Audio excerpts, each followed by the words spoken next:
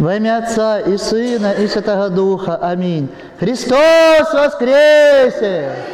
Христос воскресе! Христос воскресе! Возлюбленные Господи, Отцы, Матери, Братья и Сестры, сердечно вас поздравляю с первым днем, вторым днем Святой Пасхи, понедельником Светлой Седмицы. И сегодня мы с вами, как всегда, нас будем делать на Светлой Седмице, как всегда делает Церковь, совершали крестный ход. После Божественной литургии есть чтение воскресных Евангелий. А на Божественной литургии мы с вами читали Евангелие от апостола Евангелиста Иоанна Богослова, вторую его зачало, которое следует после пасхального сразу, который бы рассказывал о том, что Иоанн Богослов говорит: Бога никто никогда нигде не видел. Единородный Сын, сущий в недре отчим, тот исповеда. То есть Бога явил нам Иисус Христос, Сын Божий. Мы увидели Бога, те люди, которые жили с Ним в земной жизни, увидели Господа. И вот, возлюбленные Господи, братья и сестры, далее Иоанн Богослов рассказывает о том, что ученики фарисейские пришли к Иоанну Крестителю и спросили его: «Кто ты еси?» И он сказал: «Аз несмь Христос». Я не Христос, не тот, кого ждет израильский народ столетием и все человечество. Тогда спросили его: «Может быть, ты Илия?» По пророчеству Ветхого Завета перед пришествием Мессии, которого ждал израильский народ, должен прийти пророк Илия, который телесно был вынесен на небо. И Иоанн Креститель сказал: «Несмь». «Может, ты один из пророков?» Он сказал: «Ни». Отметался от этого. «Не пророк», сказал он про себя, «я не пророк, не Илия пророк». «А кто же ты и почему же ты крещаешь, если ты не Илия, не Мессия и не один из пророков?» Он сказал о себе, что я глас вопиющего в пустыне, я тот, кто крещает вас водою, а посреди вас стоит тот, кого вы не ведаете, тот, который грядет по мне, то есть идет после меня, но тот, который был до меня. Ему же недостоин, нагнувшись сапог, развязать ремень от сапог его, то выкрещает духом и огнем. И вот, возлюбленные Господи, братья и сестры, здесь, конечно же, Иоанн Креститель, великий святой, действительно великий пророк, и как любой великий святой, и как любой пророк, это человек смиренный, который отметается всякого мнения о себе, который смиряется и умоляется. Он говорит в Евангелии, что мне же надлежит молитесь, и ему расти.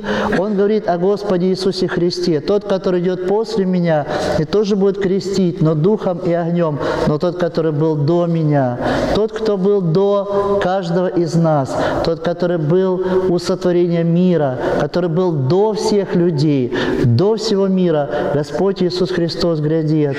Сегодня на Божественной литургии, в чтении Евангелия Иоанна Богослова, мы это вспоминали, что Господь грядет в мир и грядет каждому человеку, в каждую жизнь, в каждое сердце, в каждую душу. Господь разбирает нашу жизнь неисчислимо подробнее, чем ее разбирает самый близкий, самый родной, самый любящий человек. Как бы нам не было плохо, в любую минуту нашей жизни мы обращаемся часто к нашим ближним за помощью, за состраданием, за советом, чтобы они, немножко над ситуацией находясь в стороне, немножко от нашей жизни, чтобы они вникли сердечно и умно, сострадая нам, помогли, посоветовали, разобрались, что у нас в жизни происходит. Мы обращаемся к маме, когда нам плохо, мы обращаемся к папе, когда нам плохо, мы обращаемся к братьям, к сестрам, к детям, к друзьям, и они все в меру своей человеческой немощи и любви, такой нашей маленькой, ограниченной человеческой любви, но тем не менее бросаются в нашу жизнь по степени своей любви, ее разбирают, думают, вникают, переживают, сострадают, дают советы, участвуют и помогают. Так вот, Господь, Он нашу жизнь разбирает так, как никто не разбирает ее, как никто не способен разбирать ее. Господь нашу жизнь знает не только о событиях нашей жизни, что с нами случилось. Вот ты заболел, вот у тебя настроение какое-то, у тебя что-то в жизни не получилось. Господь, конечно, это знает. Но Господь знает даже даже то, о чем мы только хотим подумать, о чем мы только хотим возмечтать, то, о чем мы хотим только возжелать в своем сердце, в своей душе, Господь уже знает это. Вот так Он разбирает нашу жизнь. Если нам способны сострадать мама и папа, которые нашу боль, наше страдание принимают как личную свою боль, даже более того, любящие родители, они часто желают, чтобы вместо ребенка пострадали они, потому что больнее для любящего родителя, когда страдает ребенок, чем он сам. Самому потерпеть можно, но как потерпеть, когда мучается твой родной ребенок, беззащитный, как тебе кажется, тот, которого тебе верил Господь, тот, которого ты защищал все свои дни жизни, каждую секунду, каждое мгновение ты защищал его. Как же теперь его защитить, когда ему так больно? Лучше бы я пострадал, думает родитель.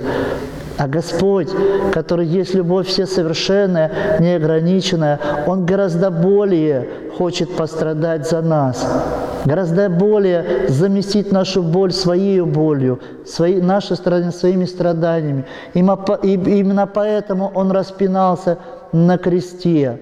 Именно поэтому Он подверг себя добровольно мучениям, избиениям и поруганиям, чтобы нашу боль забрать себе, чтобы наши страдания забрать себе, чтобы наши болезни забрать себе и претерпеть их, эти болезни, претерпеть все последствия от грехов наших, всю эту боль и страдания, которые причиняют нам наши грехи.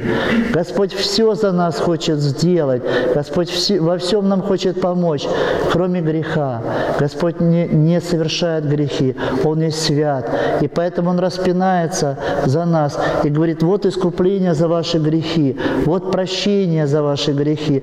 Идите в храм, идите, я даю вам после своего такого тяжелейшего крестного страдания, даю вам тело свое и даю кровь свою. Господь установит Таинство на Тайной вечере, Великий Четверток. Вот ваше искупление, вот ваше прощение. Примите тело мое и ешьте его, и пейте кровь мою Нового Завета.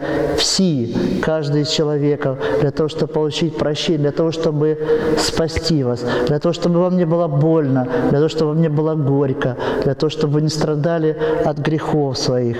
И вот, возлюбленные Господи, братья и сестры, в этот светлый пасхальный день мы с вами должны понять, что если в нашей жизни что-то происходит трудное, болезненное, скорбное, то, что нам не нравится и не хочется. Это не потому, что Бог этого не видит, не потому, что Бог об этом не знает, и не потому, что Бог нас не любит, и не потому, что Бог нас наказывает, и не потому, что Бог на нас гневается. Бог на нас не гневается, так как гневаются люди, желая отмщения, желая зла. Но только потому, братья и сестры, происходит что-то трудное, скорбное, что это необходимый минимум для нашего спасения. Вот если чуть-чуть меньше будет скорбь и настроение, мы просто не спасемся. И Господь вот этот минимум, это вот как мама, она, когда ребенок болеет, она его уговаривает принять лекарство. Ребенок не хочет, говорит: не хочу, оно горькое, оно неприятное. Я хочу варенье, дай мед, дай конфету. Мама с папой говорят: нет, ни мед, ни варенье, ни конфету, сейчас надо принять горькое лекарство, для того, чтобы ты выздоровел. Иначе будешь болеть. Мама и папа знают, что будет дальше, если отказаться от лекарства. Так вот, наши скорби, наши болезни – это то самое лекарство, тот самый минимум, который нам дает Господь для исцеления наших душ. Потому что наши души болеют не ангиной, не простудой, то, что проходит за день, за два, за три. Даже не туберкулезом или какой-то кардиологией, другими болезнями, которые могут пройти за месяц или за годы, но можно вылечить. А наши души болеют теми болезнями, которые нас могут погубить навсегда. Страшнейшей болезнью гордости, страшнейшей болезнью уныния, отчаяния, обид, ропота, и серебролюбия, чревоугодия, самооправдания, осуждения. Тяжелейшими болезнями болеют наши души. Каким же аспирином вылечить это? Каким же анальгином уврачевать гордыню, зависть, злобу, осуждение, которое есть в нас с вами? Как же сделать так, чтобы мы, миролюбцы, которые все время стремятся к мирским удовольствиям, все время стремятся прожигать свою жизнь и тратить ее ни на что, все время стремятся стать блудными детьми, уйти на чужбину доречия и там расточить богатство отчия. Как же нас обратить к молитве? Как же нас обратить к исповеди и к причастию? Какими уговорами исцелить душу нашу? Попросить, умолить ее не гордиться, не сребролюбствовать, не прелюбодействовать. Господь уговаривает, молит и просит. И среди Его уговоров есть эта пасхальная радость и пасхальная благодать, которая наполняет нашу душу. Любовь Божия, которую мы сегодня все с вами сопереживаем. Христос воскресе! Говорим мы друг другу. Воистину воскресе! Отвечаем мы друг другу. И вот, возлюбленные Господи, братья и сестры, помимо пасхальной радости, в нашу жизнь надо претерпеть и труды, и подвиги, и скорби, и болезни. Ибо это лекарство. Но мы должны в этих скорбях и болезнях, которые мы претерпеваем, Бога благодарить, радоваться и все время говорить себе: Господи, достойно по делам своим приемлемо, не по делам даже нашим воздал есть нам, не по делам нашим сотворил есть нам, Господи, но это все для моего исцеления, для моего врачевания, и скорбь, и болезнь, и настроение, для того, чтобы я бы стал менее гордым, для того, чтобы я стал менее серебролюбивым, для того, чтобы я исполнился страха Божия, для того, чтобы я видел, что Бог живой, и Он рядом с нами, и Он все время помогает, и все время, как Отец строгий и любящий, может наказать за грехи свои. Он имеет власть наказать и простить и помиловать. Он живой, Он сильный, Он всемогущий, Он рядом со мною. И ради многого другого Господь подает нам те лекарства спасительные для души нашей бессмертной. Помоги, Господи, чтобы мы эти лекарства с вами принимали и врачевались наши души. И чем больше будут врачеваться наши души, чем больше будут отступать от нас болезни духовные, гордости, зависти, сребролюбия, прелюбодеяния, чревоугодия, самооправдания, осуждения, обид и прочие болезни будут отступать от нас. Чем больше они будут отступать, тем больше душа наша будет становиться здоровее, радостнее, легче, тем больше этой душе будет благодать и любовь, и дары все духовные, тем больше мы будем понимать, что действительно Христос воскресе, чтобы воскресить наши души, умершие от греха, и что какая великая радость пребывать со Христом, и что Пасха Христова, как и Серафим Саровский нам говорил, он всегда говорил: «Христос воскресе, радость моя». Это Пасха Христова, это воскресение Христова не только в пасхальный день для нас с вами, и не только в Светлую Седмицу, которую мы сегодня радостно, светло и благочестиво переживаем, но Христос для нас воскрес. Каждый день нашей жизни воскресает нас. И не только в нашей земной жизни воскрес для нас Христос, но если мы сподобимся вечной жизни, раскаемся, излечимся от своих духовных болезней и грехов, то Христос воскресе. Это для нас навсегда, навсегда. И здесь в нашей жизни, и в небесном Иерусалиме. Христос воскресе, радость моя, любовь неизреченная открылась нам в воскресении Христовом.